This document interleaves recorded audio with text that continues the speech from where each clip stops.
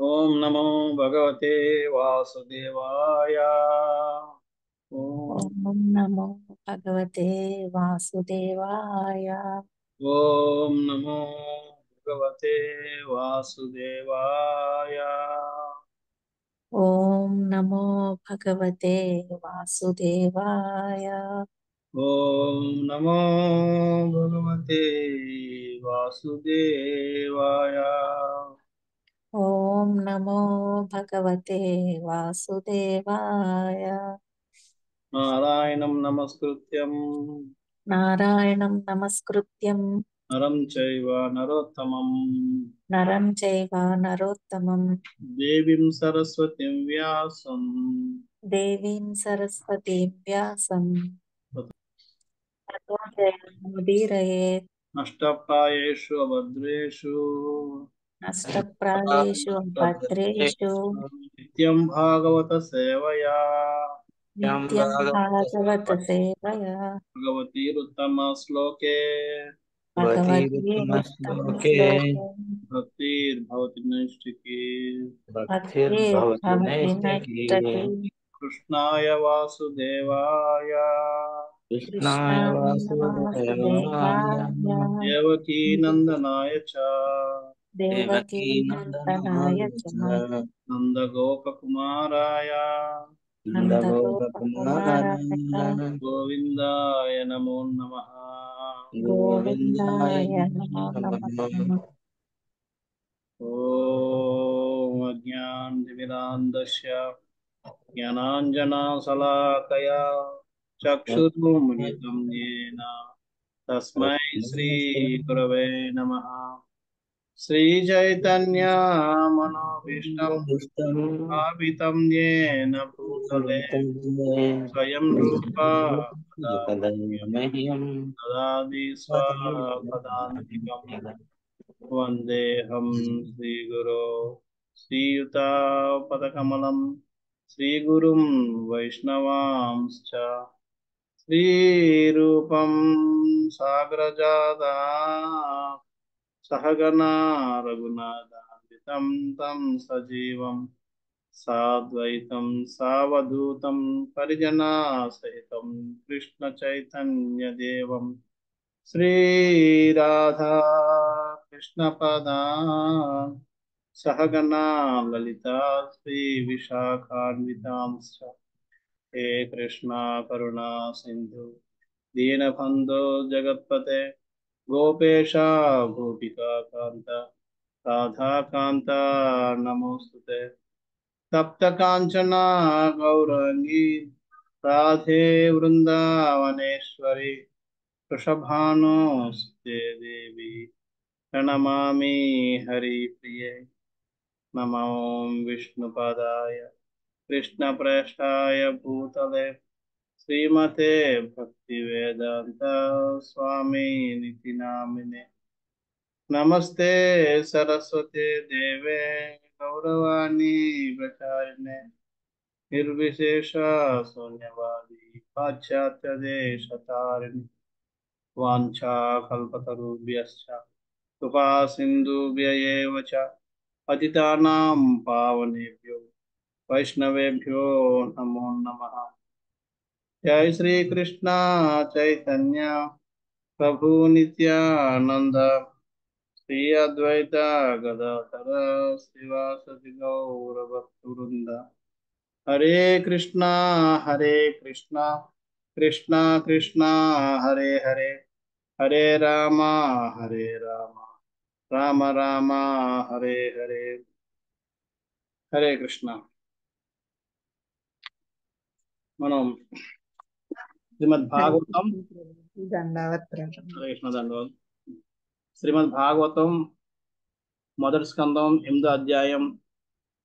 అధ్యాయం పేరు కుంతిదేవి ప్రార్థన మరియు పరీక్షిత్ రక్షణం. దాంట్లో మనం చర్చిస్తూ కృష్ణుడు ద్వారకాకి వెళ్ళడానికి సంసిద్ధం అవుతున్నాడు.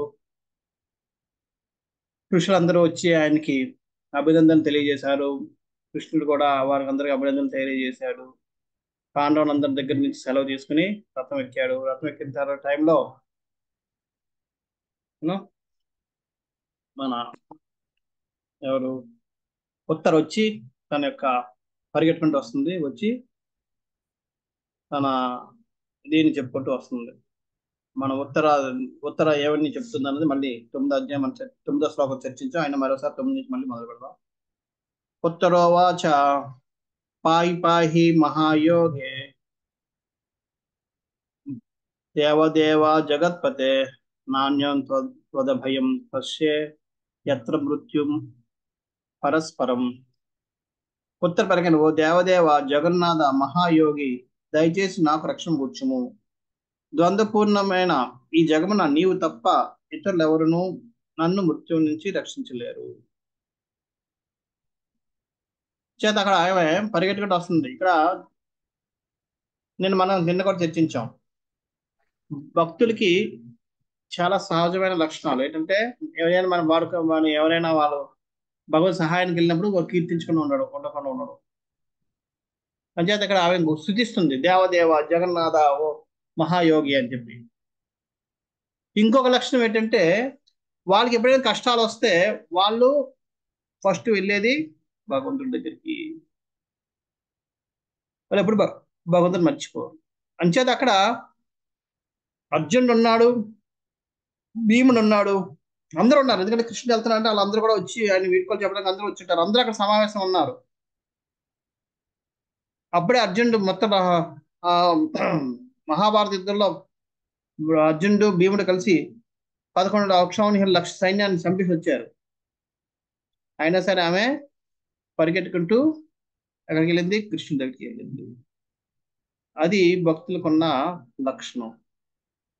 ఆమెకు అటువంటి లక్షణం ఉంది కాబట్టి ఆమె పుట్టిన పుత్రుడైన పరీక్షితుడికి కూడా అదే లక్షణం వచ్చింది. ఇంకా ఆయన కూడా మరణ సమయంలో కృష్ణుని సంపూర్ణంగా ఆశ్రయించాడు. భాగవతం రూపంలో కృష్ణుని సంపూర్ణంగా ఆశ్రయించాడు. అది తల్లి గుణాలు తండ్రి పిల్లలకు వస్తాయని చెప్పుకోవడానికి ఇది ఒక ఉదాహరణ. నేను దీనికోసం చర్చించాం. ఆధ్యాత్మిక జగత మాత్రం భౌతిక లక్షణాలకు ఏ మాత్రం లేకుండా పూర్ణత్వ రూపమే భాషించి నువ్వు చెప్పాను నిన్న.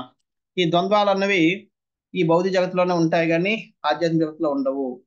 ఎందుకంటే భౌతిక జగత్తులో ఏది కూడా సంపూర్ణం అంటూ ఏది ఉండదు. దుఃఖం సంపూర్ణం ఉండదు, సుఖం సంపూర్ణం ఉండదు. అంచేత రెండు ఉంటాయి. కానీ ఆధ్యాత్మిక జగత్తులో సుఖం అనేది సంపూర్ణంగా ఉంటుంది కదా, దుఃఖం అనే పదమే ఉండదు. ఆనందం అనేది సంపూర్ణంగా ఉంటుంది కదా, విచారం అనే పదమే ఉండదు. సో ఇటువంటివి అక్కడ సంపూర్ణంగా ఉంటాయి కాబట్టి అక్కడ ఈ ద్వంద్వాలు ఉండవు. ద్వంద్వాలు అనేది ఓన్లీ భౌతిక జగత్తుకి పరిమితం. ఆధ్యాత్మిక జగత్తును మాత్రం శ్రీకృష్ణుడే ప్రభు ఉండగా ఇతరులందరూ అతని సేవకులై ఉందరు. అది అక్కడ అందరూ కూడా కృష్ణుడు దేవదేవుడు, కృష్ణుడు యజమాని అన్న విషయాన్ని గ్రహిస్తారు, అనుభూతి పొందుతారు, అంగీకరిస్తారు, ఆ విధంగా ప్రవర్తిస్తున్నారు. అంటే ఎక్కడ ఏ విధంగా ఏ కోసాన్ని కూడా వాళ్ళకి వ్యతిరేకత అనేది ఉండదు. ఎక్కడ కూడా భావనలో కానీ, ఆలోచనలో కానీ, వ్యవహారంలో కానీ దీంట్లో కూడా అది తేడా రాదు. అంచేత ఆ విధంగా వ్యవహరిస్తున్నారు కాబట్టి అక్కడ గొడవలన్నీ ఉండవు. ఎందుకని? ఇప్పుడు ఎవరైనా ఒక మనిషి గెస్ట్ వచ్చారనుకోండి, గెస్ట్ కోసం వంట చేయమని చెప్తే వాళ్ళు ఏం చేసినా సరే మనం మాట్లాడాం, ఎందుకంటే ఆయన కోసం చేస్తున్నారు కాబట్టి. అలా కాకుండా గెస్ట్ కోసం చేయకుండా వేరే కోసం చేస్తున్నాం అక్కడ మనకు గొడవలు అవుతాయి. ఎందుకని ఇక్కడ గెస్ట్ ఉంటే వీరిని చూసుకొని అవన్నీ అవి చేస్తున్నాం, వీటిని చేస్తున్నారు. సో అదే విధంగా వాళ్ళందరూ అక్కడ ఉన్నారు, ఆధ్యాత్మిక జగత్తులో ఉన్న వాళ్ళందరూ కృష్ణుని సంతోష పెట్టాలని ఆ భావనలో ఉంటారు కాబట్టి వాళ్ళు ఎలా సంతోషపడుతున్నారని మనం పెడుతున్నారా లేదా? ఓకే. సో ఈ విధంగా అక్కడ అందరూ కూడా భగవంతుడి సేవకులైన భావనలోనే ఉంటారు.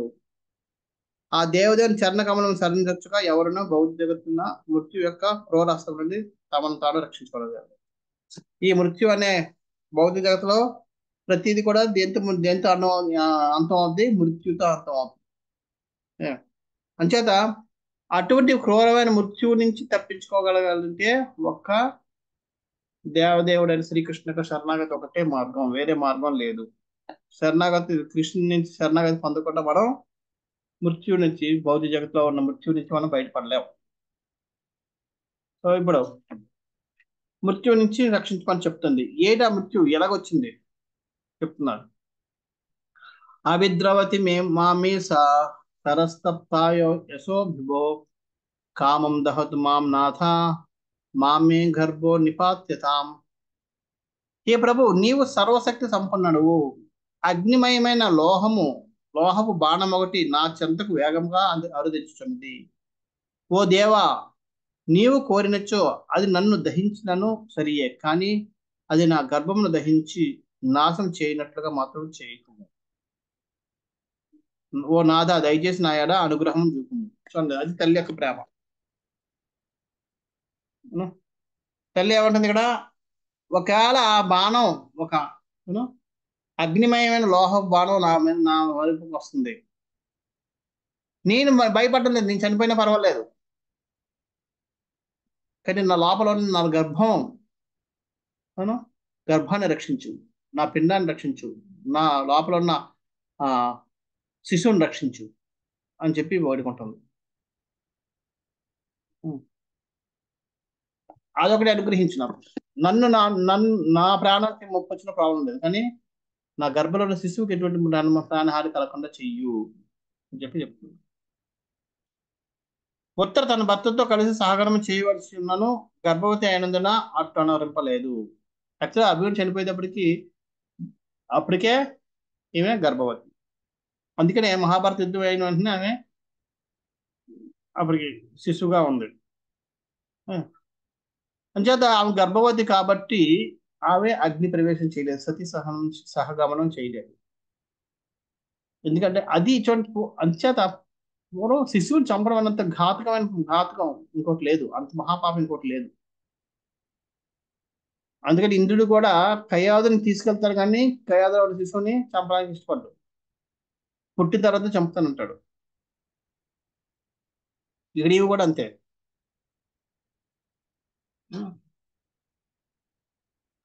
అంచేత లేదు, సతీసాగరం భర్త చనిపోతే సతీసాగరం మనం చేయాలి. ఆమెతో పతితో పాటు ఆమె కూడా ప్రవేశించాలి అగ్నిలో.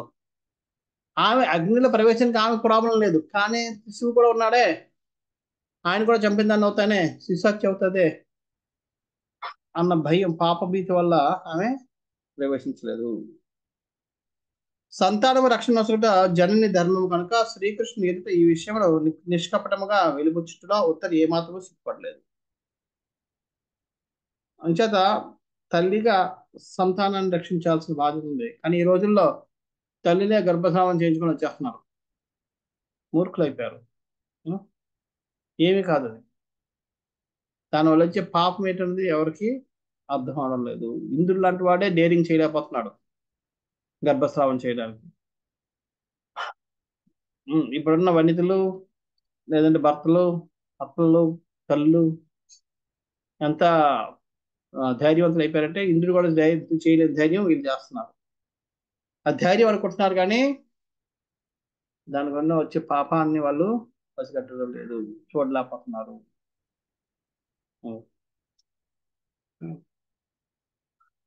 అంచేత ఈమె తన గర్భాన్ని రక్షించుకోవడం కోసం సిగ్గు లేకుండా తనకు వస్తున్న ఆపదని వెళ్ళి మొరబెట్టుకొని కూర్చుంది. సిగ్గు అనేది ఇక్కడ ఎందుకు వచ్చిందంటే మగవాళ్ళ ముందు ఆడవాళ్ళు రాకూడదు,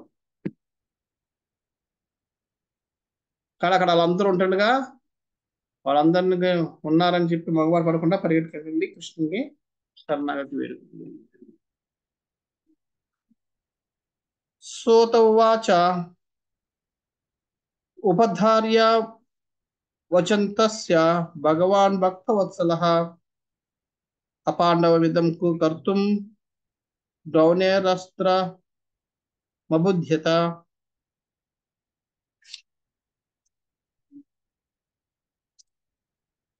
సోత కోసం పలికాను, ఉత్తర పలుకులను సావధానంగా ఆలగించిన భక్తవత్సలైన శ్రీకృష్ణ భగవానుడు ద్రోణాచార్యుని తనని అశ్వత్థామ పాండవ వంశమునందు చివరి వాణిని నశింపజేయుటకే బ్రహ్మాస్త్రం ప్రయోగించనని శీఘ్రము అవగాహన చేసుకున్నాను.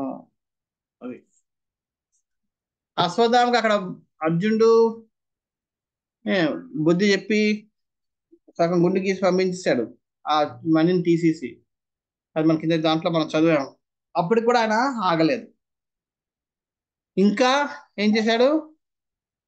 వీళ్ళు చంపలేకపోయాడు. కనీసం వీళ్ళ సంతానాన్ని వీళ్ళ ఆపేయాలి. ఉన్న ఏకైక సంతానం అభిమన్యు కొడుకు. అంతే, ఆయన్ని కూడా మనం నిర్మూలిస్తే పాండవుల తర్వాత ఇంక వంశం లేకుండా పోతుంది అన్న ఉద్దేశం మీద ఆయన ఉత్తర గర్భంలో ఉన్న శిశువుని చంపడానికి బ్రహ్మాస్త్రాన్ని ఉపయోగించాడు. మళ్ళీ కూడా ప్రభుపాలు చెప్తున్నారు, శ్రీకృష్ణ భగవాన్ అన్ని విధములా పక్షపాత రహితుడు, కానీ సర్వజీవుల క్షేమం కొరకు అత్యంత వాంఛనీయమై ఉన్నందున అతడు తన భక్తుల వైపునకే అధికంగా మృక్కు చూపుచుండు. భగవంతుడు ఏ విధంగా ఆ పక్షపాతి కాదు. అందుకనే ఆ సమూహం సర్వభూతేషు నా ప్రియ నా ద్వేషోస్తి నా ప్రియ అని చెప్పి భగవద్గీత చెప్తాడు. నా ప్రియులు కానీ ద్వేషులు కానీ ఎవరు లేరు. సమం నేను అందుకే సమూహం సర్వభూతేషు, అన్ని భూతాల్లో అన్ని జీవుల్ని నేను సమానంగా చూస్తానని చెప్పి చెప్పాడు. కానీ ఇక్కడ ఏం చెప్తారు? కానీ సర్వజీవుల క్షేమం కొరకు అత్యంత వాంఛనీయమై ఉన్నందున అతడు తన భక్తులను అధికంగా భక్తులు. కానీ భక్తులు అన్న వాళ్ళు భక్తుల యొక్క ఉనికి లోక కళ్యాణానికి ఎంత అవసరం కాబట్టి వాళ్ళని ప్రత్యేకంగా ఆయన రక్షిస్తూ ఉంటాడు. మరి అటువంటిప్పుడు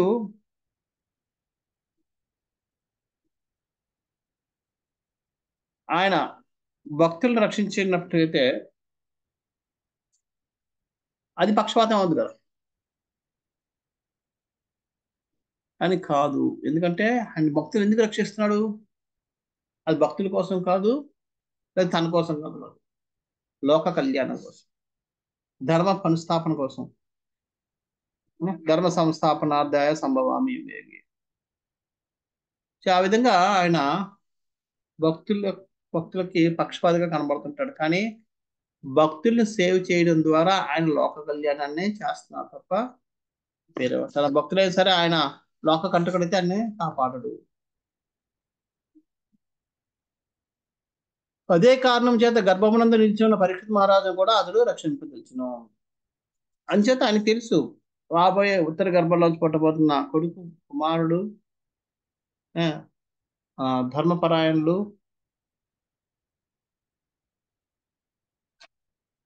ఆయన భక్తుడు అన్న విషయం తెలుసుకున్నారు కాబట్టి ఆయన రక్షించాలని సంకల్పం చేశాడు.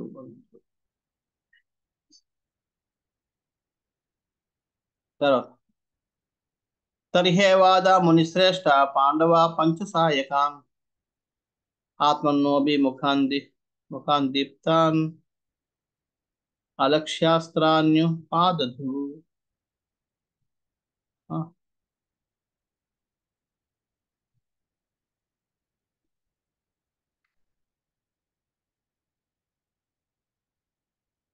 తర్హేవాద మునిశ్రేష్ఠ పాండవ పంచసాయకాన్ ఆత్మన్నోభి ముఖాన్ దీప్తాన్ అలక్ష్యాస్త్రాన్యుపాదధు. ఓ మునిశ్రేష్ఠ, సూత కోసం చెప్తున్నాడు ఎవరికి? శ్రవణ ఋషికి. మండుచెన్న బ్రహ్మాస్త్రం అతివేగంగా తమ వైపునకే అరుదించుటను గాంచిన పాండవులు వెంటనే తమ 5 ఆయుధములను చేపట్టేది. అది చూసేటప్పటికి ఆమె కృష్ణుని అడిగినా సరే వాళ్ళ 5 పాండవులు కూడా వాళ్ళ ఆయుధాలు తీసుకుని రెడీ అయిపోయారు బ్రహ్మాస్త్రం అనేది కూడా. అది ఏటో తెలియదు. ప్రభుపాల భాష అణ్వాస్త్రముల కన్నను అధిక శక్తివంతమును సూక్ష్మమును అగు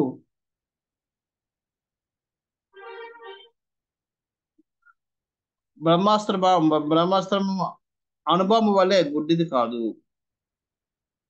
ఇక్కడ అణ్వస్త్రాలకి బ్రహ్మాస్త్రాలకి ఉన్న తేడా చూపిస్తున్నాడు.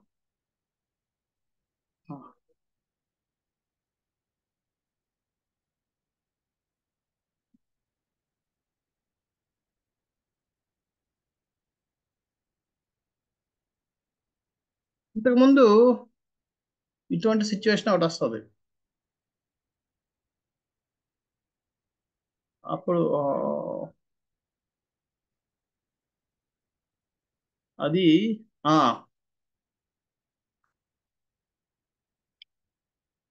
ద్రోణాచార్యుడు అనుకుంటా.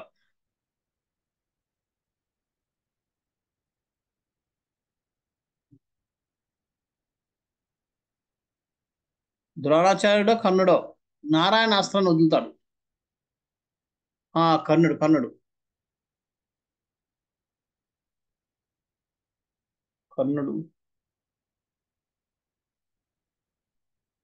గుర్తులేదు ఎవరో. ఆయన కూడా ఇలాగ పాండవుల్ని చంపడానికి నారాయణాస్త్రం వదులుతారు. కృష్ణుడు వెంటనే అంటాడు, ఆ నారాయణాస్త్రానికి ఉన్నది ఏంటంటే దాన్ని ఎదుర్కొన్న వాళ్ళని చంపుతుంది, దాన్ని శరణాగతి తీసుకున్న వాళ్ళని వదిలేస్తుంది.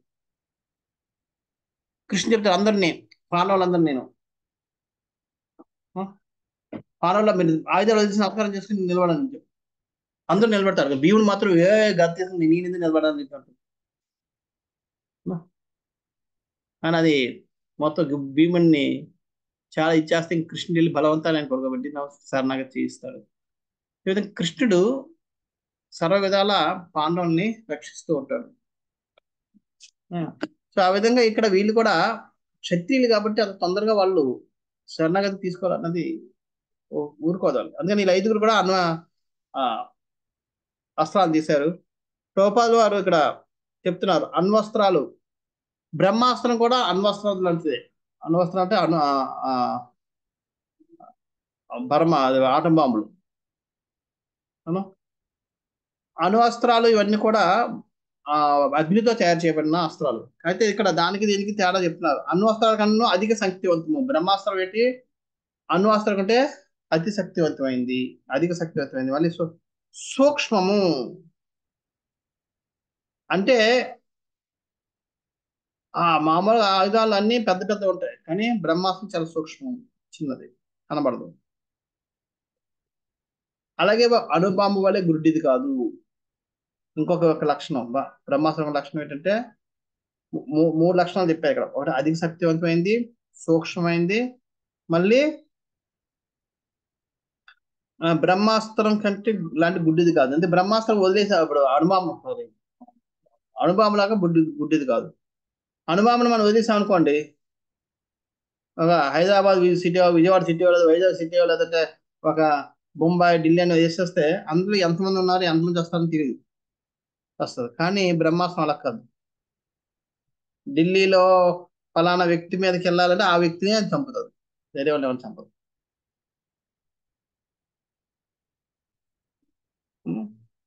సో ఈ విధంగా అది బ్రహ్మాస్త్రం చాలా ప్రత్యేకమైన అస్త్రము.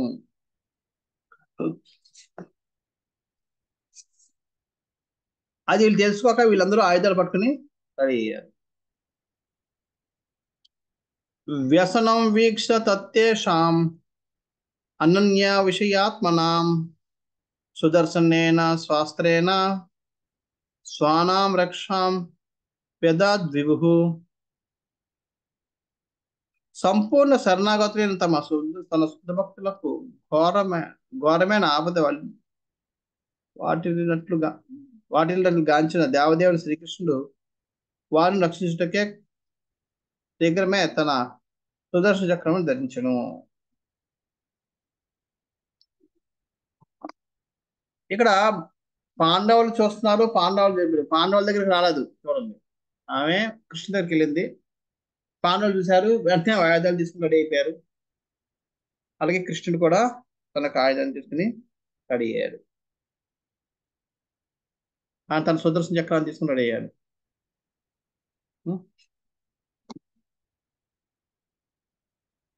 అయితే అక్కడ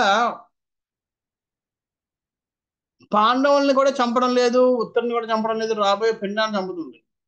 పిండాన్ని చంపబోతుంది. ఆ పిండంలో ఉన్నవాడు ఎటువంటి వాడో కూడా తెలియదు, అది మనకి, కానీ భగవంతుడు తెలుసు.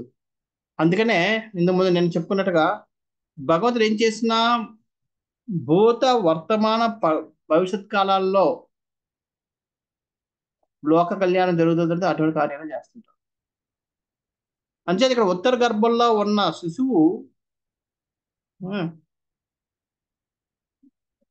భవిష్యత్తులో భక్తుడు అవుతాడు అన్న విషయాన్ని గ్రహించాడు, కానీ కృష్ణుడు ఆయన్ని రక్షించడానికి ఉన్ముఖుడయ్యాడు.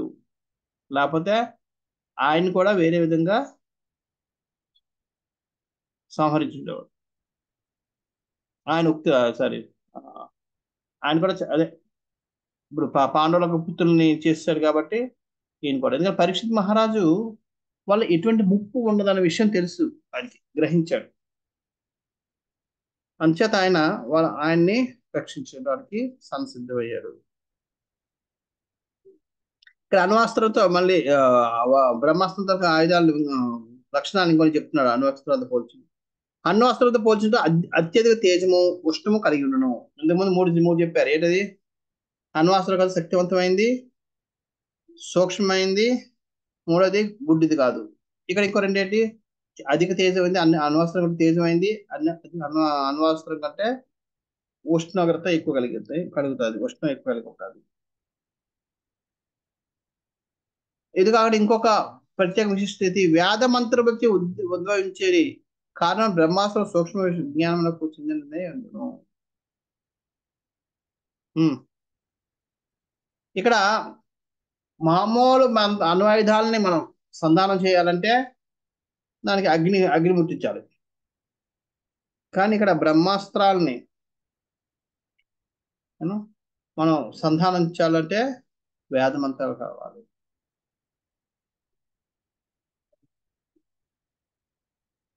అంటే వేద మంత్రాలతో మాత్రమే బ్రహ్మాస్త్రం పనిచేస్తుంది. అంచేది ఇవి ఈ ఆరు లక్షణాలు. ఒకటి బ్రహ్మాస్త్రం అణ్వాస్త్రం కొంత తేడా, అది బ్రహ్మాస్త్రం అణ్వాస్త్రం కంటే శక్తివంతమైంది, సూక్ష్మమైంది. అణ్వాస్త్రం అంటే బుద్ధిది కాదు. నాలుగవది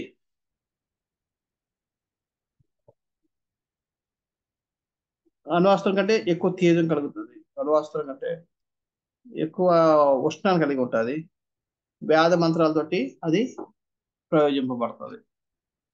ఈ విధంగా భాషలో ప్రభుపాద వారు అణ్వాస్త్రంపై వివరణిస్తున్నారు.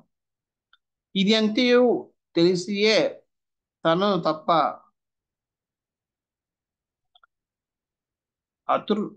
అన్యుల ఇదంతా తెలిసియే తనను తప్ప అన్యులు నెరుగని తన భక్తులను రక్షించడం కొరకు శ్రీకృష్ణ భగవానుడు శీఘ్రముగా తన స్వీయ ఆయుధం చేపట్టాను. అంతా గ్రహించాడు, టైం లేదు, చాలా తొందరగా వచ్చేస్తుంది అని చెప్పి. అందుకనే ఆయన కూడా వెంటనే అక్కడ తన ఆయుధాన్ని పట్టి రెడీ అయిపోయాడు. అక్కడ మనకి ద్రౌపది స్వయంవరంలో ద్రౌపది ఎంతో వేడుకుంటుంది సరే కృష్ణుడు.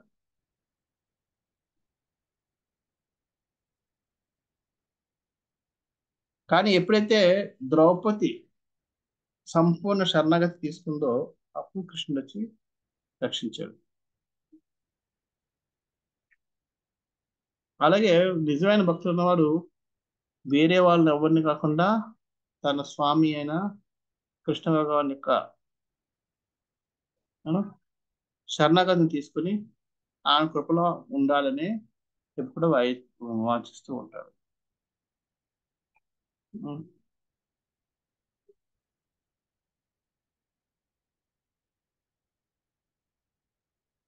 అందుకని ఆయన వెంటనే తన అస్త్రాలు తీసుకుని ఆయన కూడా రెడీ అయిపోయారు. రక్షించాల్సిన బాధ్యత నాది, నన్ను తప్ప వాళ్ళు ఇంకెవరిని ఆశ్రయించడం లేదు కాబట్టి. పాండవులు పరమశక్తిశాలు అయినను శ్రీకృష్ణ భగవాన్ రక్షణ పైననే 100% ఆధారపడి ఉంది.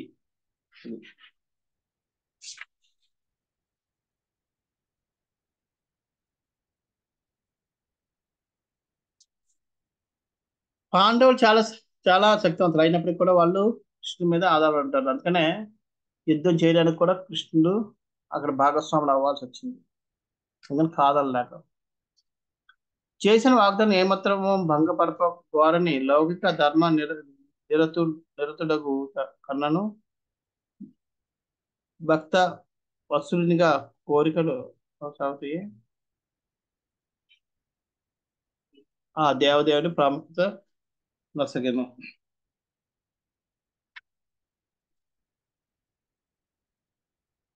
చేసిన వాగ్దానం ఏమాత్రం భంగపరపగోరని లౌకిక ధర్మ నిరతుడగుట్ట కన్నాను భక్తవత్సలంగా కొనసాగడానికి ఆ దేవదేవుడు ప్రాజెక్ట్. ఇప్పుడు ఇక్కడ రెండు రెండు ఆప్షన్లు ఉన్నాయి. ఆ అస్త్రం వస్తుంది కృష్ణుడు. ఒకటి ఏంటంటే ఆయుధాన్ని ధరించి ఆ బ్రహ్మాస్త్రాన్ని ఆపడం. రెండోది లేదంటే తన యొక్క శపథాన్ని, ఎందుకంటే ఎట్టి పరిస్థితిలో కూడా ఆయుధం ధరించడం అని చెప్పాడు. యుద్ధం అయిపోయింది కదని అడగచ్చు. యుద్ధం అయిపోయినా యుద్ధంలో ఉన్న యోధుడిని చంపాలి అశ్వత్థామ. అంచేత ఇంకా యుద్ధం అవనట్లే. అంచేత యుద్ధం అవ్వలేదు కాబట్టి తన వాగ్దానం ఇంకా నిలబెట్టుకోవాలి. అంచేత కృష్ణుడు ఆయుధం ఎత్తడానికి లేదు.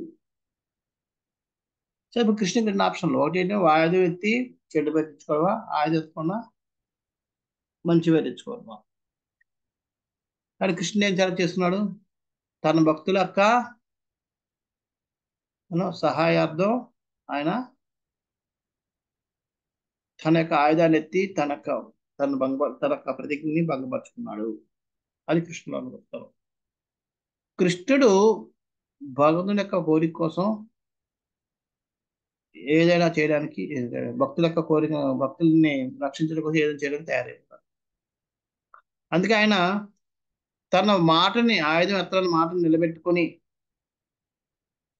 ఉండడం కంటే తక్షణమే భక్తులు రక్షించుకుంటూ రక్షణలో తన ఆయుధాన్ని కోల్పోయినా, దానికి కలంకం వచ్చినా సరే బాధపడడానికి ఆయన ఎటువంటి ఇబ్బంది లేదని చెప్తున్నాడు. అది ఇక్కడ ప్రభుపాదాలు చెప్తారు చాలా. చేసిన వాగ్దానం ఏమాత్రం భంగపరపు వారిని లౌకిక ధర్మ నిరతుడు ధర్మ నిరతుడగుట కన్నను భక్తవత్సలుగా కొనసాగిన వారికే ఆ ప్రసాదం, ఆ దేవదేవుని ప్రాముఖ్యము చేసిన వాగ్దానం ఏమాత్రము భంగపరపు గోరని లౌకిక ధర్మ నిరతుడగుట కన్నాను భక్త వత్సలుగా కొనసాగటగా ఆ దేవదేవుడు ప్రాముఖ్యతను కొనసాగించాను. అంచేత మంచి పేరు, లౌకికంగా మంచి పేరు తెచ్చుకుని భక్తుడిని నేను ఆదుకోలేకపోవడం కంటే భక్తుడిని ఆదుకుని చెడ్డ పేరు తెచ్చుకోవడం మంచిదని చెప్పి కృష్ణుడు నిర్ణయించి తను కూడా ఆయుధాన్ని చేపట్టాడు. సో భగవంతుడు ఎప్పుడు కూడా తన భక్తుల కోసం ఏది చేయడానికన్నా సంసిద్ధంగా ఉంటాడు. అది దానికోసం చెడ్డ పేరు వచ్చినా పర్వాలేదు. అందుకని మక్కన్ చోర్ ఇవన్నీ వెన్నల దొంగ ఇవన్నీ పేర్లు ఎందుకు తెప్పించుకున్నా అంటే తన భక్తుల్ని ప్రసన్నం చేయడం కోసం. వాళ్ళు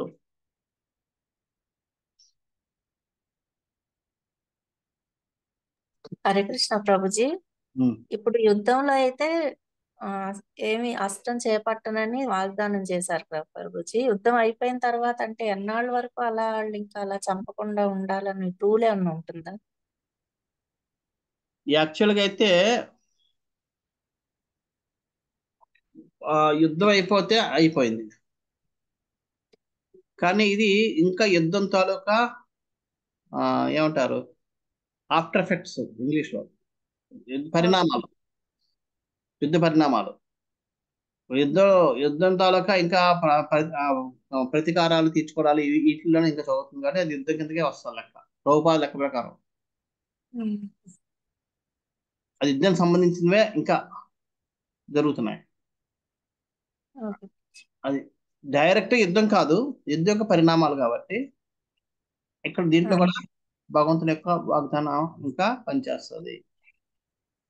కానీ ఆ వాగ్దానం వదులుకోవడానికి సంసిద్ధమయ్యాడు భక్తుల కోసం. కానీ భక్తులు కష్టపడడానికైనా ఇష్టపడడం లేదు అన్న విషయాన్ని మనకి గ్రహించాలి.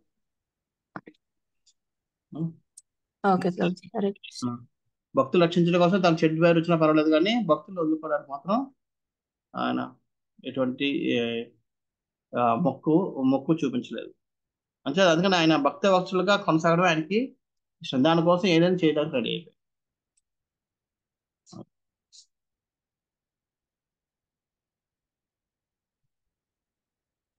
అంతస్థ సర్వభూతానాం ఆత్మా యోగేశ్వరో హరిః స్వమాయయా వృణోద్గర్భం వైరాఠ్య కురు తంతపే తంతవే.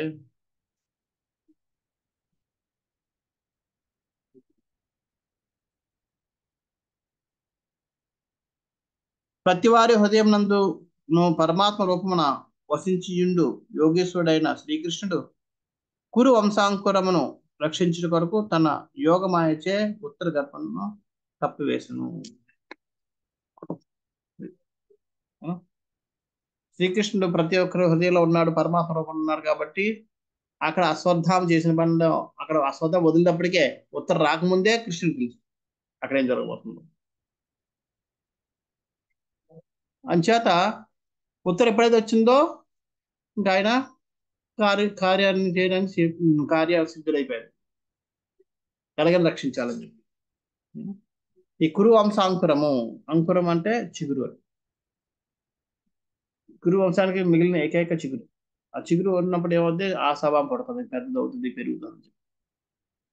సో ఆ విధంగా కృష్ణుడు ఈ కురు వంశాంకురాన్ని రక్షించడానికి కోసం తన యోగ మాయచ్చే గర్భానంతటిని కప్పివేశాను.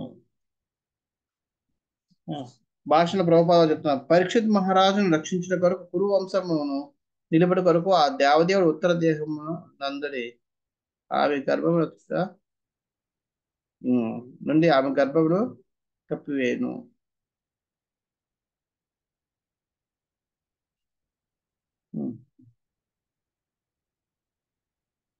భగవంతుడు ఏం చేశాడు, అస్త్రాన్ని తీసుకున్నాడు. అస్త్రాన్ని తీసుకోవడం ద్వారా ఆయన తనకు వాగ్దానాన్ని మళ్ళీ నేను భక్తుల కోసం నా వాగ్దానం విడిచిపెడతాను అన్నదాన్ని మళ్ళీ రెండోసారి రుజువు చేశాడు. ఇంతకుముందు అర్జున్ కోసం ఆయుధాన్ని ఎత్తాడు, ఇప్పుడు రెండోసారి పరీక్షితుల కోసం ఆయుధం ఎత్తాడు. అయితే తన ఆయుధం తీసిన ఆయుధాన్ని ఉపయోగించాడు. తన యోగమాయతో మొత్తం గర్భాన్ని మొత్తాన్ని కప్పివేశాడు.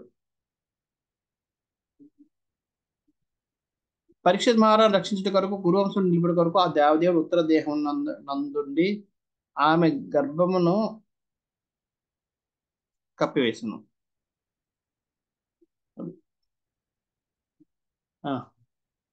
రక్ష గురువంశం నిలబడడం కోసం తన శిశువు అని కాదు, ఇక్కడ ఉత్తరాన్ని రక్షించడం కోసం, శిశువుని రక్షించడం కోసం,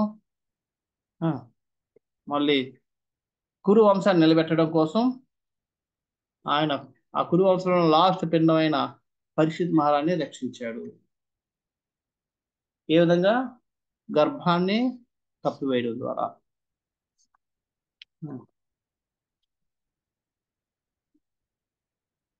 యద్యప్యస్త్రం శిరస్త్వం మోఘం చాప్ర త్రిక్రియం వైష్ణవం తేజ్ అసాధ్య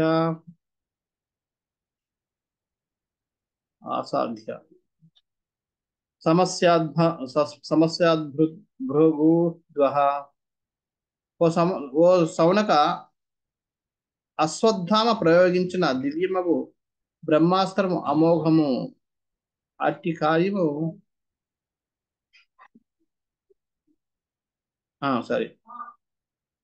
అశ్వత్థ ప్రయోగించిన దివ్యాస్త్రం బ్రహ్మాస్త్రము అమోఘము అనివార్యమైనప్పటికీ విష్ణువు శ్రీకృష్ణ తేజంతో ఎదిరింపబడినప్పుడు నిరర్ధకమై భంగపడెను. బ్రహ్మాస్త్రం చాలా అమోఘమైనది, అది తిరుగులేంది. అన్నిటికంటే అందుకనే బ్రహ్మాస్త్రం వదిలేసేయాలని చెప్తారు, అంటే దానికి తిరుగులేదు, సాధించలేదంటే ఉండదు. కానీ అనివార్యమైనప్పటికీ విష్ణు తేజంచే ఎదిరింపబడినప్పుడు నిరర్థకమై భంగపడెను.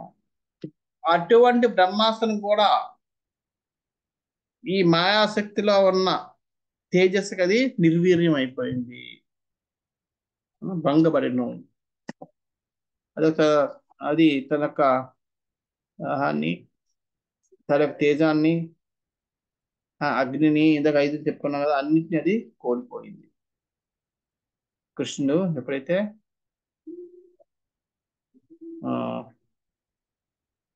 తన గర్భాన్ని, ఉత్తర గర్భాన్ని తన బ్రహ్మ తేజంతో కప్పేశాడు.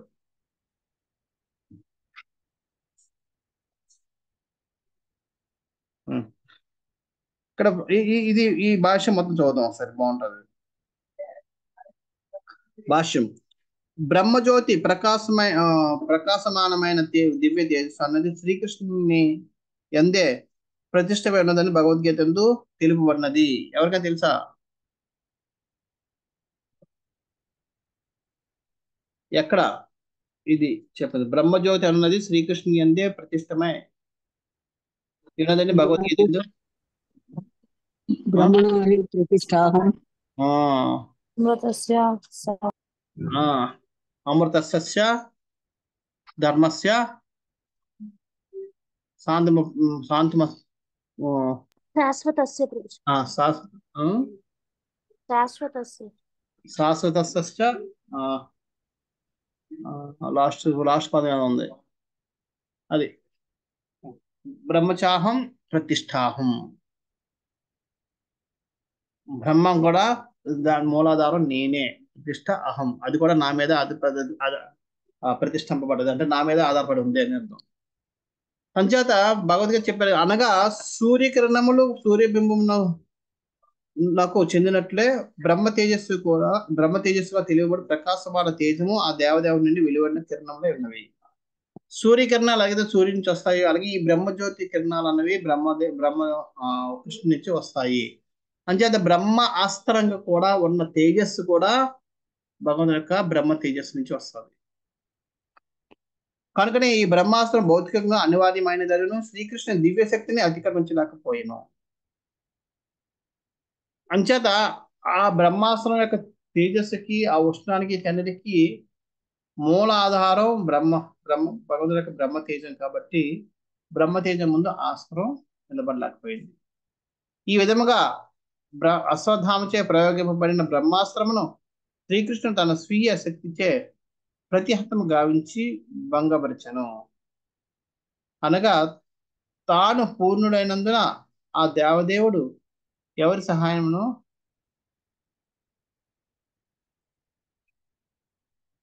సహాయం కొరకు వేచి ఉండలేదు ఆ దేవదేవుడు.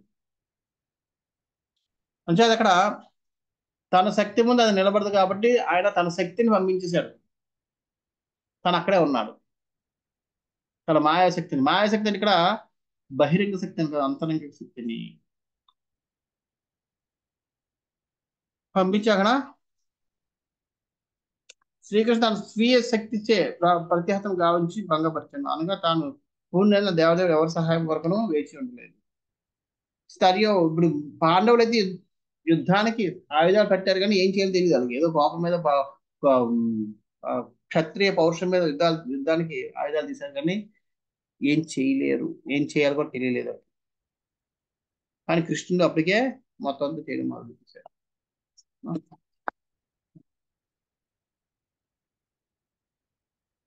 మామోస్తాహ్యత్ దాశ్చర్యం సర్వాశ్చర్యమయేచ్యుతే యా ఇదం మాయయా వేదేవ్యా సృజంత్యవతి హస్త అస్త్యజః. ఓ బ్రాహ్మణులారా, ఆశ్చర్యమయుడును అచ్యుతుడును అగు శ్రీకృష్ణుడు భగవాన్ కర్మలలో ఇది పరమాశ్చర్యకరమైనదిగా ప్రత్యేకంగా భావింపబడిన అవసరం లేదు. తాను అజుడనైనను ఆ దేవదేవుడు తన దివ్యశక్తి ద్వారా సమస్త భౌతిక జగత్తును పోషించు లయింపజేసను. ఓ బ్రాహ్మణులారా, ఆశ్చర్యమయుడును అచ్యుతుడును అగు శ్రీకృష్ణ భగవాన్ని కర్మలు ఇది పరమాశ్చర్యకరమైనదిగా ప్రత్యేకంగా భావింపనవసరం లేదు.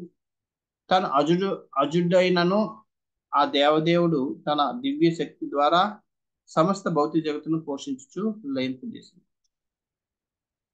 అంచేత ఆశ్చర్యమయుడు అంటే భగవంతుడు చేసే ప్రతి కార్యం కూడా ఆశ్చర్యానికి మనకు గుర్తు చేస్తారు. మనం ఏదైనా చూసుకుంటే ఈ సృష్టి మనం ఒకసారి మనం ఆలోచించుకుంటే అంత అద్భుతం సృష్టి. చూడండి, మనం అనుకున్నట్టుగా భగవంతుడి కృప వల్ల ఆధ్యాత్మిక స్థితికి ప్రేమకూడదు.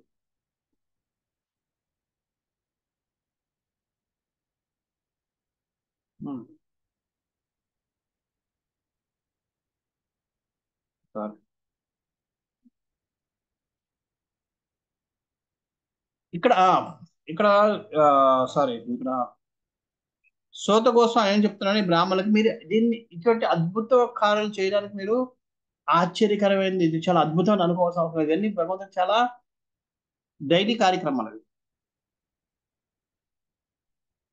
ఎందుకంటే అద్భుతమైన మొత్తం ఈ జగత్తునే పోషిస్తున్నాడు ఆయన. దాని ముందు ఈ కార్యం పెద్ద ఇదేం కాదు. ఒక జీవిని పోషించడం, ఒక జీవిని రక్షించడం పెద్ద కార్యం కాదు ఇది.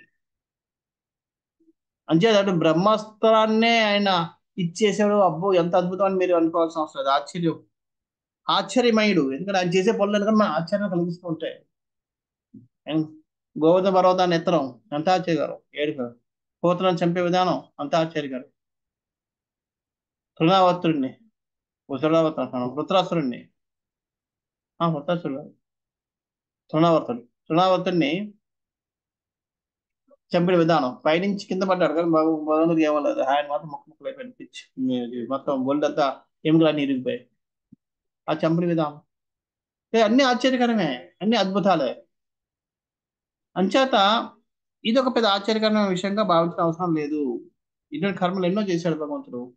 ఎన్నో విశ్వాలే ఆయన పోషిస్తున్నాడు, లయింపజేస్తున్నాడు. అంతకన్నా అద్భుతం అయితే కాదు ఇది అని చెప్పి ఇక్కడ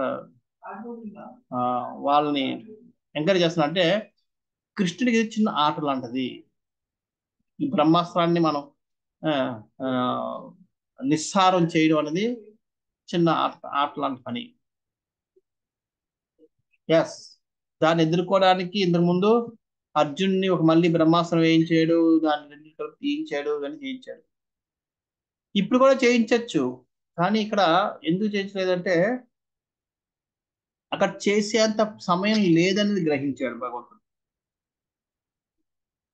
ఇప్పుడు నేను మళ్ళీ అర్జున్ బోధించడం, అర్జున్ దాన్ని మంత్రాలు చేసి దాని వదల్లో ఇవన్నీ చేయాలని అన్న ఒక టైం లేదన్న దాంతో ఆయన వెంటనే ఇది తన మటుగానే ఇచ్చేశాడు. అదే ఇంత ముందులాగే అర్జునుడు చెప్పి నువ్వు బ్రహ్మాస్త్రం వేసి రెండింటిని తొలగించని చెప్పి చెప్పచ్చు, కానీ అంత టైం లేదు. అప్పటికే అది దగ్గరకు వచ్చేసింది. ఇంకా రామలేదు చెప్పి వెంటనే కొన్ని లోపలికి వెళ్ళి ఆయన ఇచ్చేసాడు.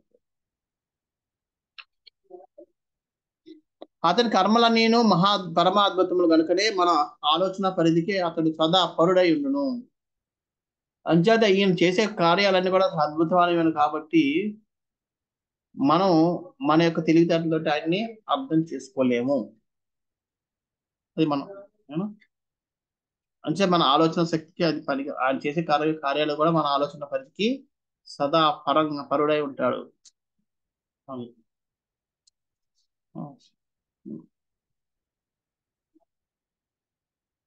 నెక్స్ట్, బ్రహ్మ తేజో వినిర్ముక్తై ఆత్మజై సహ కృష్ణయ ప్రయాణాభిముఖం కృష్ణం ఇదమాహ వృధా సతి. ఆ విధంగా బ్రహ్మతేజం నుండి రక్షింపబడిన పిమ్మట తన 5 పుత్రులను ద్రౌపదిని గూడి పరమ భక్తురాలైన కుంతీదేవి స్వీయ నగరమున చేగటకు సిద్ధపడిన కృష్ణుతో ఇటు పలికెను. ఆ విధంగా ఆయన బ్రహ్మాస్త్రాన్ని నిస్సారం చేసిన తర్వాత మళ్ళీ వెళ్ళడానికి ఆయన ఉన్ముఖుడయ్యి కూర్చున్నాడు. అప్పుడు కుంతీదేవి తన 5 పుత్రులను తీసుకొచ్చి ఆవిడతో పాటు కోడలైన ద్రౌపదిని కూడా తీసుకొచ్చి వాళ్ళందరినీ తన కృష్ణుని ముందు నిలబెట్టి తను కృష్ణునితో పలకడం మొదలుపెట్టింది. ఎప్పుడైనా మనం పెద్దవాళ్ళ దగ్గరికి వెళ్ళినప్పుడు ఏం చేస్తాం, పిల్లలు అందరినీ ముందు పెట్టుకుంటాం. అలాగే వాళ్ళందరినీ ముందు పెట్టి ఆయన వెనక వచ్చింది.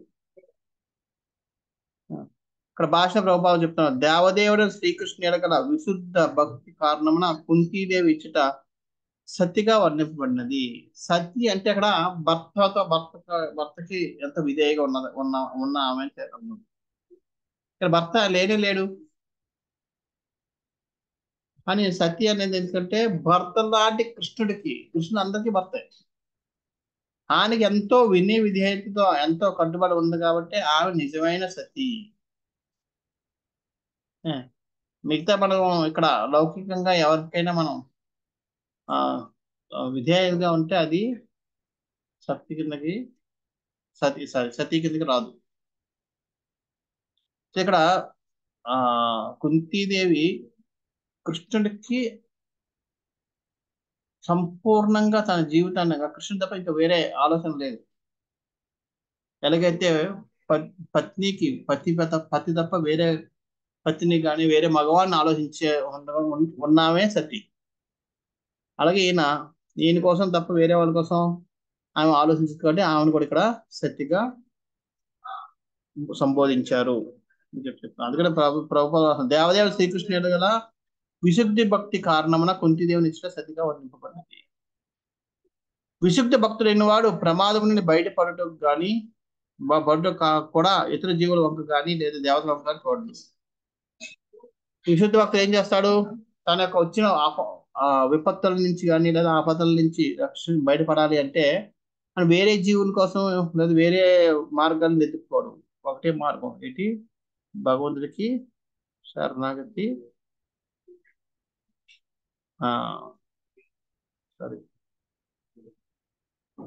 భగవంతుడికి శరణాగతి తీసుకోవడం.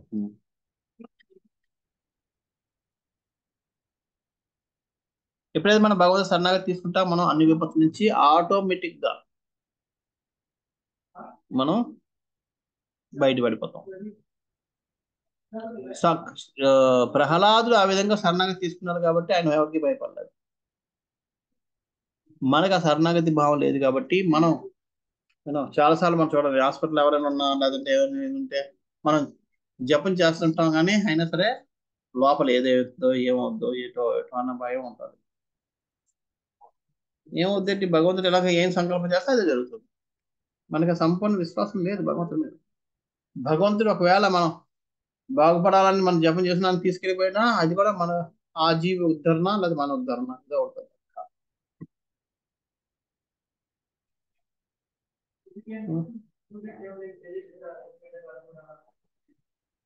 శుద్ధ భక్తుడైన వాడు కూడా ఎన్నడూ భగవాన్ని నిండి సహాయం అర్థించడు, కానీ దేవదేవుడే తనంతట తానుగా దానిని వసుగుటకు ఆతురతను కలిగి ఉండను. అది శుద్ధ భక్తుడైన వాడు సహాయాన్ని అర్థించడు భగవంతుడి నుంచి, కానీ భగవంతుడు స్వయం దానికి ఇస్తాడు. అందుకనే మనం ఎప్పుడైనా భగవంతుడి దగ్గరికి వెళ్ళినప్పుడు మనం అడిగితే పొందిన దానికంటే అడగకుండా మనం ఎక్కువ పొందుతాం. మనం ఏదైనా అడిగేవాళ్ళం అక్కడ చేసి అక్కడ అకౌంట్ సెటిల్ చేసేది అయిపోయింది. కానీ అడగలేదు మనం, ఇది ఏం అడగడు ఇది కావాల్సి వస్తుంది అది కావాల్సి వస్తుంది అన్ని మనకి ఇస్తూనే ఉంటాడు. అంచేత మనం అందుకని భగవంతుని తగిన భక్తులు శుద్ధ భక్తులు అది తెలుసుకుంటారు. అందుకే వాళ్ళు సంపూర్ణ రక్షణ పొందుతారు ఆ విధంగా ఏమి అడగకుండా. ఇప్పుడు మనకి ఎవరైనా ఇద్దరు పిల్లలు ఉన్నారనుకోండి, ఒకడు అన్ని కావాల్సినన్ని వండుకొని అడుగుకొని ఎలాగో తినేస్తాడు అనుకోండి, చేయించుకొని తినేస్తాడు. ఇంకోటి అసలు అడగడు, ఏది ఇస్తే తింటాడు, ఏది పెడితే తింటాడు పెట్టకపోతే తింటాడు అన్నట్టు ఉంటే బయటికి వెళ్ళినప్పుడు తల్లి ఎవరైతే అడగడో వాడి కోసం టెన్షన్ పడతాడు. ఎవడ దాన్ని వడ్డించుకుని తినేస్తాడు కొడుకుని తినేస్తాడు అటువంటి కోసం అస్సలు పట్టి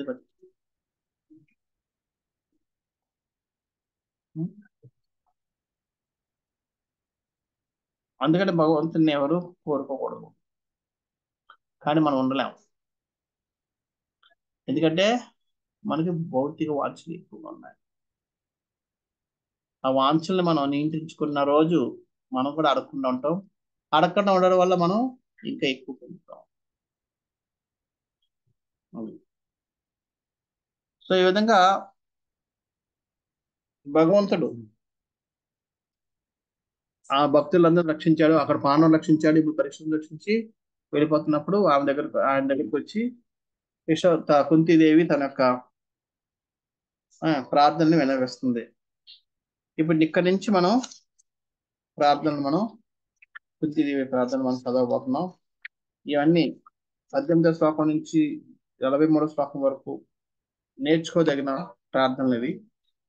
ఎప్పుడో నేను చాలా సంవత్సరాల క్రితం నేర్చుకున్నాం, కానీ ఇప్పుడు మర్చిపోయాన్ని. మళ్ళీ చూద్దాం, మళ్ళీ నేర్చుకుందాం. అది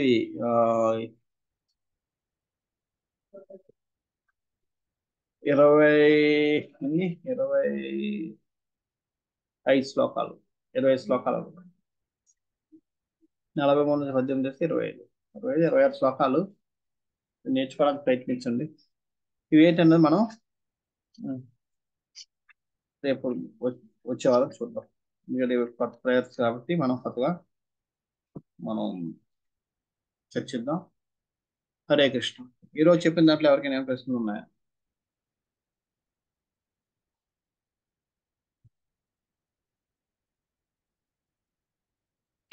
హరే కృష్ణ ప్రభు, దండార్పణ. ఉమ్, చెప్పండి. ప్రభు అదే యాక్చువల్ గా ఇప్పుడు పాండవుల పుత్రులనేమో చనిపోతుంటే కృష్ణుడు ఏం చేయలేదు, అంటే ఉమ్, మనవాడిని మాత్రం కాపాడాడు. ఉమ్. అంటే వాళ్ళందరూ సేమ్ ఆర్జన్, అంటే పాండవుల నుంచి అంటే డివోటీస్ నుంచే పుట్టారు కదా ప్రభు. సో నాకు అసలు వాళ్ళకి ఛాన్సే ఇవ్వకపోతే, పుట్టడానికి ఛాన్స్ ఇవ్వకపోతే వాళ్ళు మంచి చేస్తారు చెడు చేస్తారు ఎలా తెలుస్తుంది ప్రభుజీ? అదే ఇప్పుడు కదా, అదే మనకి ఆయనకి ఉన్న తేడా అంతే కదా. వాళ్ళకి ఛాన్స్ ఇచ్చాడు కదా, ముఖ్యం పుట్టిన తర్వాత చనిపోయారు, ఆ, యుద్ధంలో చనిపోయారు కదా. అంటే చాలా చిన్న ఏజ్ లో చనిపేస్తారు కదా, చిన్న ఏజ్ లోనే అంటే అవును, ఆయనకి తెలుసు. అంటే వాళ్ళు ఓకే. వాళ్ళు చూడండి, వాళ్ళు భవిష్యత్తులో ఎటువంటి కంటకాలు అవ్వబోతున్నారో తెలుసు ఆయన. పరాక్రమవంతులు అయిపోతారు. ఆయన వాళ్ళని అడ్డుకునే వాళ్ళు ఎవరు లేరు, ఉండరు భవిష్యత్తులో. అలాగే యదు వంశం వాళ్ళు కూడా అంతే కదా. యదు వంశంలో కూడా ఒక్క నుంచి లేదు, అందరినీ చేసుకున్నారు కదా. ఒక వజ్రనాభుడు తప్ప ఇంకెవరున్నారు? ఎవరు లేడు. మరి అలా చెప్పాలని మరి అశ్వత్థాముడు ఇలా చేస్తాడని తెలుసు కదా ప్రభు, కృష్ణుడు అంటే ఇంత ఘోరమైన పనులు చేస్తాడని చెప్పి తెలుసు కదా, అతనే బతికిచ్చాడు, మరి అది నాకు అర్థం కాదు. చూడండి, అందుకనే ధర్మ సంస్థాపన చేయడానికి ముందే ఆయన పుట్టారు. ఓకే. అర్థమే కదా. ఎవరు అశ్వత్థాముడు ముందే పుట్టాడంటున్నారు? అవును, అది అశ్వత్థామ పుట్టిన తర్వాత ఈయన ధర్మ సంస్థాపన కోసం అవతరించాడు. ఓహో, ఓకే ఓకే. అశ్వత్థాముడు పుట్టిన తర్వాత కృష్ణుడు పుడతాడు. ఓకే, ద్రోణాచార్యుడు కొడుకు కదా యాక్చువల్గా ఆయన. అవును, ఓకే. ఓహో, అతను ముందే పుడతాడు కృష్ణుడు. ఓకే. చేత ఒకవేళ కృష్ణుడి తర్వాత పుట్టినా సరే, కృష్ణుడి ధర్మ సంస్థాపన పెద్దగా చేశాడు కదా. ధర్మ సంస్థాపన అంటే కార్యం మొదలు పెట్టడానికి ముందే పుట్టాడు. అంటే ఆయన అంటే అధర్మానికి ఆయన మెయిన్ సింబల్ ఆ ప్రభు, అంటే అశ్వత్థాముడు అంటే ప్రభు ఆ, అతను మెయిన్ పర్సన్, అంటే మోర్ దెన్ దుర్యోధన అతను యాక్చువల్గా అంటే. అలాగని కాదు, దుర్యోధన అన్న కాదు అక్కడ. అంటే దుర్యోధన కంటే ఆ హీనుడైతే ఆయన ఏదో విధంగా చంపించుండేవాడు. దుర్యోధన అంత హీనుడు కాదు కాబట్టి ఆయన సరే తన రాజభక్తి అనుకున్నాడు. అదే కదా, తనకు రాజభక్తిని చూపించాను నేను, ఆయన ఉప్పు తిన్నాను కాబట్టి ఆయనకి ఏదో చేసి పెట్టాలి. కానీ అది దుర్యోధన కూడా నచ్చలేదు. అవును. దుర్యోధన తిట్టినా సరే వదులుకోలేకపోతున్నాడు. అది చూడండి, దుర్యోధన తిట్టాడు నువ్వు ఏం పని చేసావని చెప్పి. అందుకనే వీళ్ళు భీముడును అర్జునుడు వెళ్ళి ఆయన అందరు పట్టారు. అది అయిన తర్వాత కూడా మళ్ళీ వదిలేశాడు చూడండి. మళ్ళీ అస్త్రం వదిలేడు. పిన్నెల్లో అంటే ఉన్నారు. అతనిలో ఏం మార్పు రావట్లేదు కదా ప్రభు, అతను ఏం మార్పు రావట్లేదు కదా ప్రభు అశ్వత్థాముడు, అంటే ఎంత చేసినా దిగజారిపోతున్నాడు కానీ ముందుకైతే అంటే ఏమి అతనికి అందుకనే మార్పు ఏం రావట్లేదు. అందుకనే కదా ఆయనకి, అంటే రెండు అక్కడ ఏంటంటే భగవంతుడు ధర్మ నమో బ్రాహ్మణ దేవాయ, బ్రాహ్మణుడికి ఇచ్చే మర్యాద అది భగవంతుడు. అంచేత అశ్వత్థామని ద్రోణాచార్యుడు చిరంజీవిగా దీవించాడు కాబట్టి ఆయన మాట వమ్ము చేయకూడదు కాబట్టి ఈయన చంపకుండా వదిలేశాడు. అదొక్కటే రీజన్ అంతే ఇంకా. అంతే. ఎందుకంటే బ్రాహ్మణుల యొక్క ఆయన బ్రాహ్మణుల యొక్క లక్షణాలు ఉన్నాయి ఎవరికి? ద్రోణాచార్యుడికి. అంచేత ద్రోణాచార్యుడు ఇచ్చిన వరాన్ని ఆయన వమ్ము చేయడానికి లేదు, వమ్ము చేయదలుచుకోలేదు. ఇప్పుడు బ్రాహ్మణులు ఉన్నారు, వాళ్ళు ఏం చెప్పినా ఏం అవ్వవు, ఎందుకంటే అలా బ్రాహ్మణ లక్షణాలే లేవు. ఉంది. అందుకని సో చాలాసార్లు చాలా ఉదాహరణలు నాకు ఉన్నాయి. ఇప్పుడు నేను ఇప్పుడు బ్రహ్మదేవుడు ఇచ్చాడు వరం. ఆ వరానికి అనుగుణంగానే కృష్ణుడు నరసింహుడు ఈయన చంపాడు హిరణ్యకశిపుణ్ణి. దాన్ని తొలగించలేదు కదా. అలాగే అంటే రకరకాలు. చాలా ఫ్యాక్టర్స్ ఉంటాయి ఆ, మనం స్ట్రైట్ ఫార్వర్డ్ చేయలేదు, ఎందుకంటే చాలా పరిగణలోకి తీసుకుంటారు. ఇప్పుడు ఆయన మారకపోయినా ఏం చేయలేడు, ఎందుకంటే ఆ వరం ఒకటి అడ్డొస్తుంది. అప్పుడు బ్రాహ్మణునికి విలువ ఇవ్వనట్టే అయిపోతుంది. బ్రాహ్మణుడి మాట వీళ్ళు ఉమ్, చాలా కాంబినేషన్. చేత అది చేయడం లేదు. అప్పుడు ఓకే ఈయన బ్రో. గౌరవించకపోతే ఇంక తర్వాత ఎవరు గౌరవించరు బ్రాహ్మణులు.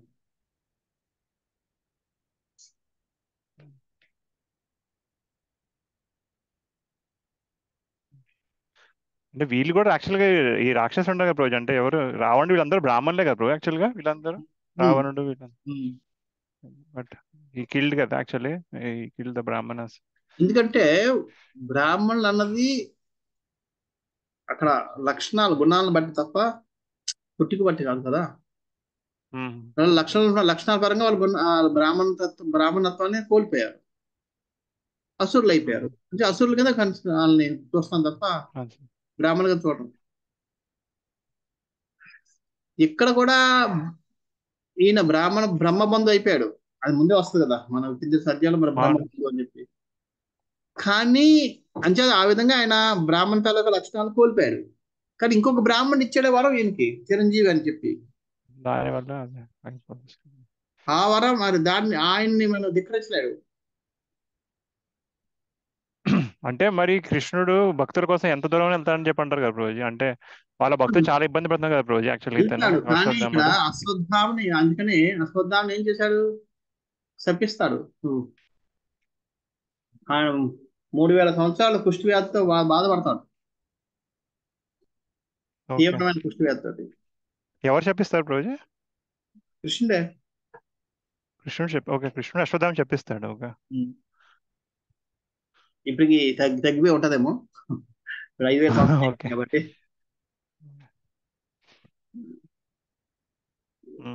ఓకే.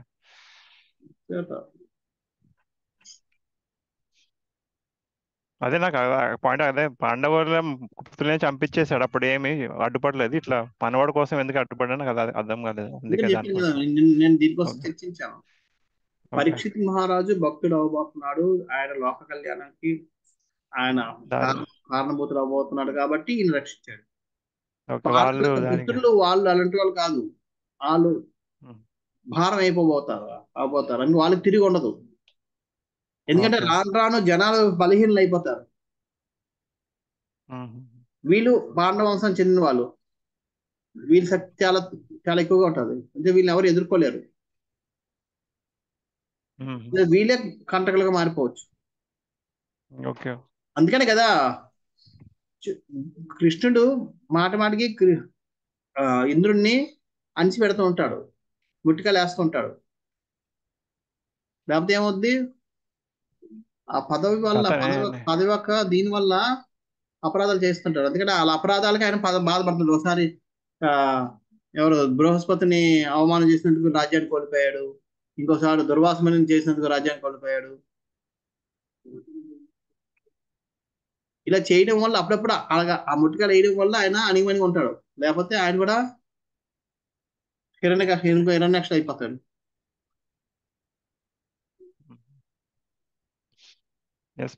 అందుకే మళ్ళాంటి వాళ్ళకి భగవంతుడు వరాలు ఇవ్వడు, కనబడ్డు,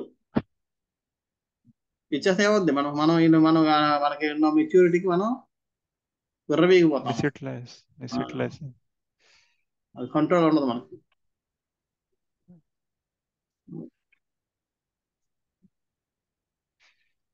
చేత అక్కడ భవిష్యత్ మంచిగా వాళ్ళకి ఉన్నా సరే పవర్ చాలా ఇచ్చేసేస్తాం.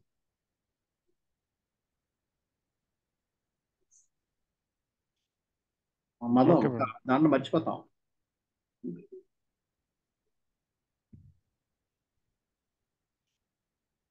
ప్రభు థ్యాంక్ యూ హరే కృష్ణ. అందుకే అంటారు ఒక మనిషి ఎలాంటి వాడు తెలుసుకోవాలంటే వాడు పవర్ ఇచ్చుకోవాలి.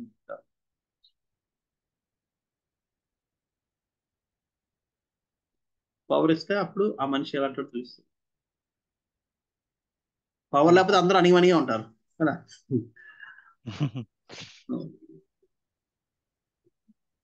థ్యాంక్ యూ ప్రభు హరే కృష్ణ.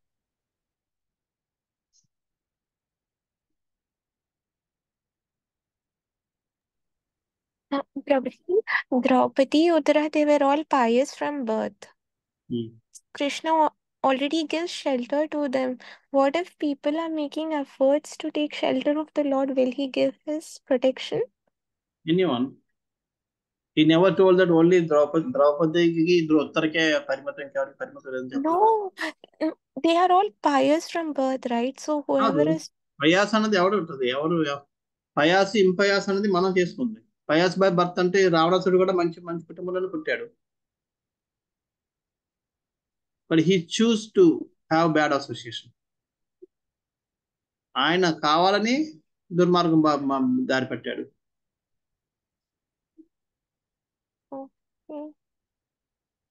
మనం పయాస్ కుటుంబంలో పుట్టినంత మాత్రాన మనం పయాస్ అయిపోతాం అని గ్యారంటీ లేదు. No, in Bhagavad Gita he tells now Arjuna is pious from his birth. That's the reason I'm giving. పయాస్ ఇది భర్త చెప్పలేదు. నువ్వు పయాసువి, నువ్వు సదాచారంలో ఉన్నవాడు. అంటే నువ్వు అటువంటి దుర్మార్గ అసుర స్వభావం లేదు కాబట్టి నువ్వు చింతించాల్సిన అవసరం లేదు చెప్పి చెప్తా.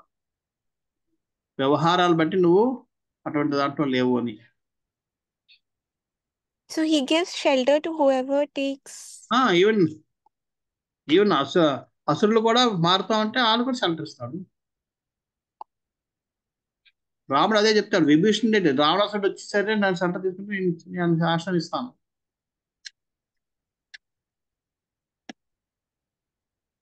Okay.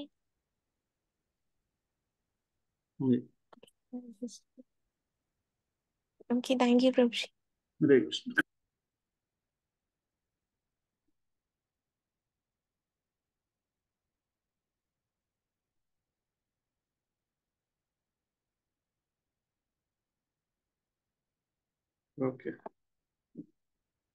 ఓకే, ఇక్కడ ఆపుదాం. నెక్స్ట్ వీక్ నుంచి మనం కుంతి మహారాణి ప్రేయర్స్ మనం మొదలు పెడదాం. హరే కృష్ణ. శ్రీల ప్రభుపాద కీ జయ. శ్రీమద్ భగవద్ గ్రంథరాజ్ శ్రీమద్ భాగవతం కీ జయ. వాంఛా కల్పతరుభ్యశ్చ కృపా సింధుభ్య ఏవ చ పతితానాం పావనేభ్యో వైష్ణవేభ్యో అనంతకోటి వైష్ణవేంద్ర కీ జయ. హరే కృష్ణ. హరే కృష్ణ ప్రభుజీ.